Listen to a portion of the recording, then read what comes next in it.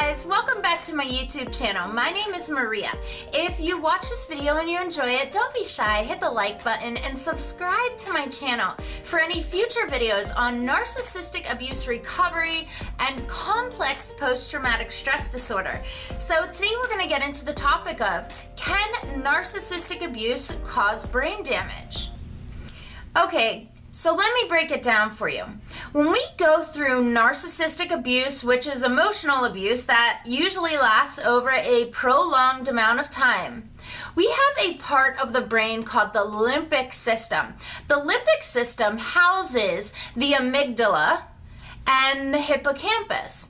So the hippocampus is what stores our memory and our learning, so the input of the new information that we learn. And the amygdala is the part of the brain that hosts our emotions. So as we go through this long-term abuse from narcissistic abuse, emotional abuse, even bullying. All right, so as we go through this, the brain cells in the hippocampus are damaged. Okay, this causes the hippocampus to shrink. So when the hippocampus shrinks, you can imagine that your memory, it's going to be hard to remember things short and long term. And especially you might notice that it's hard to remember things at the time of the actual trauma, at the time that the trauma happened. Your memories are kind of like, you might just have a void of even years, you know. So when the hippocampus shrinks like this, the amygdala is activated. So the amygdala, like I said, houses our emotions, which these could be emotions like fear, anxiety, just the reactions to things. And this is why not only do we react out of fear to the specific situation that, you know, causes the fear, but we react to this over a long amount of time. You know, it could be years that we feel anxiety and fear of different things. This is because the amygdala has been activated. So also something that can happen is after this prolonged abuse, we can develop something called Cptsd, which is complex post-traumatic stress disorder. So like post-traumatic stress disorder, which means that you may be having flashbacks to a certain situation that happened to you that you can see.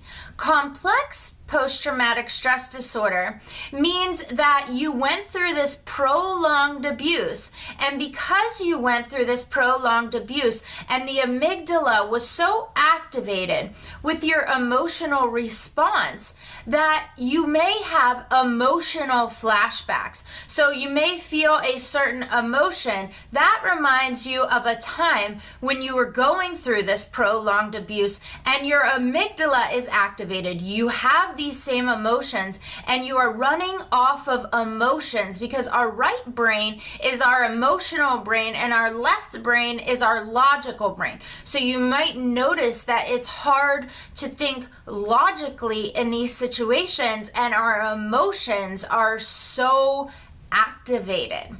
And this is something that happens during CPTSD. This is one of the symptoms, is emotional flashbacks. Another symptom, which is very common, is social anxiety. You might have a hard time even working your way up to leaving the house, or to going to work events, even to Zoom events and having your camera on, right? If we have social anxiety, this is going to be something that's difficult for us.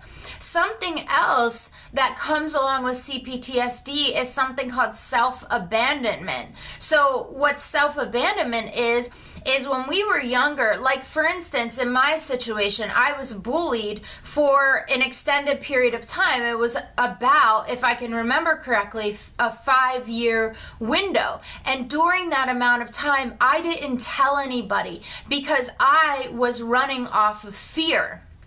Right? So I didn't think that anybody was going to do anything about it, and I was scared to even talk about it with anybody. So this abandonment I felt, because I felt like my emotions were abandoned. I couldn't tell anybody about it. when we go through CPTSD and we're, now as adults or teens or whatever it is, and we're going through CPTSD, we tend to abandon ourselves because they're the feelings that we know. So abandoning yourself might show up as you could be a people pleaser where you continually say yes to things that you don't want to do because you would rather satisfy the needs of someone else rather than the needs of yourself. So you could see how that could be abandoning yourself.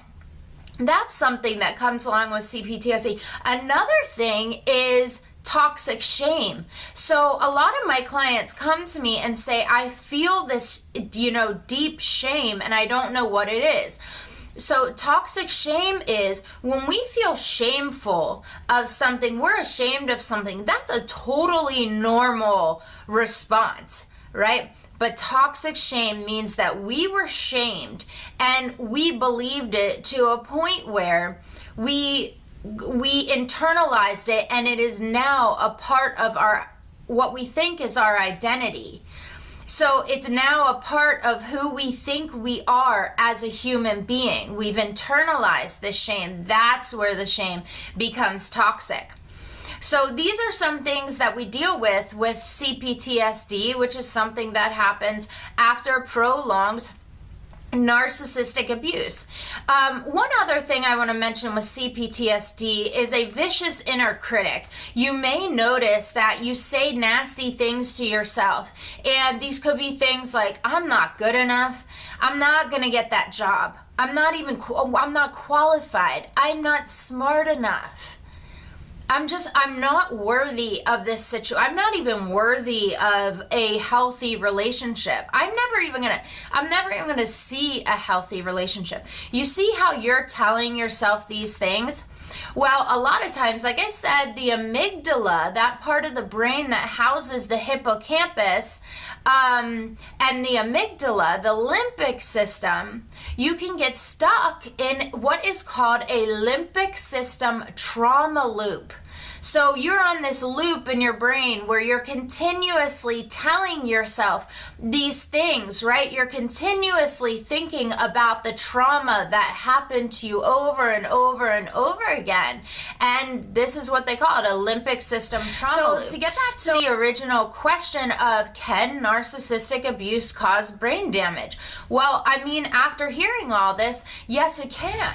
Okay, so don't lose hope. There are some things we can do to help our brain, okay, to help our brain heal. One of these things is going to be physical exercise. Get that blood pumping in the body. Another thing physical exercise does is it takes you out of your mind and brings you back in the body. So when you're thinking about the different muscle groups that you're working, when you're thinking about getting through that extra mile on the treadmill or running outside, you're not thinking about your trauma. You're thinking about getting through what situation you're in the present. This is going to bring you back into the body. So another thing is brain exercises. So being able to use your brain.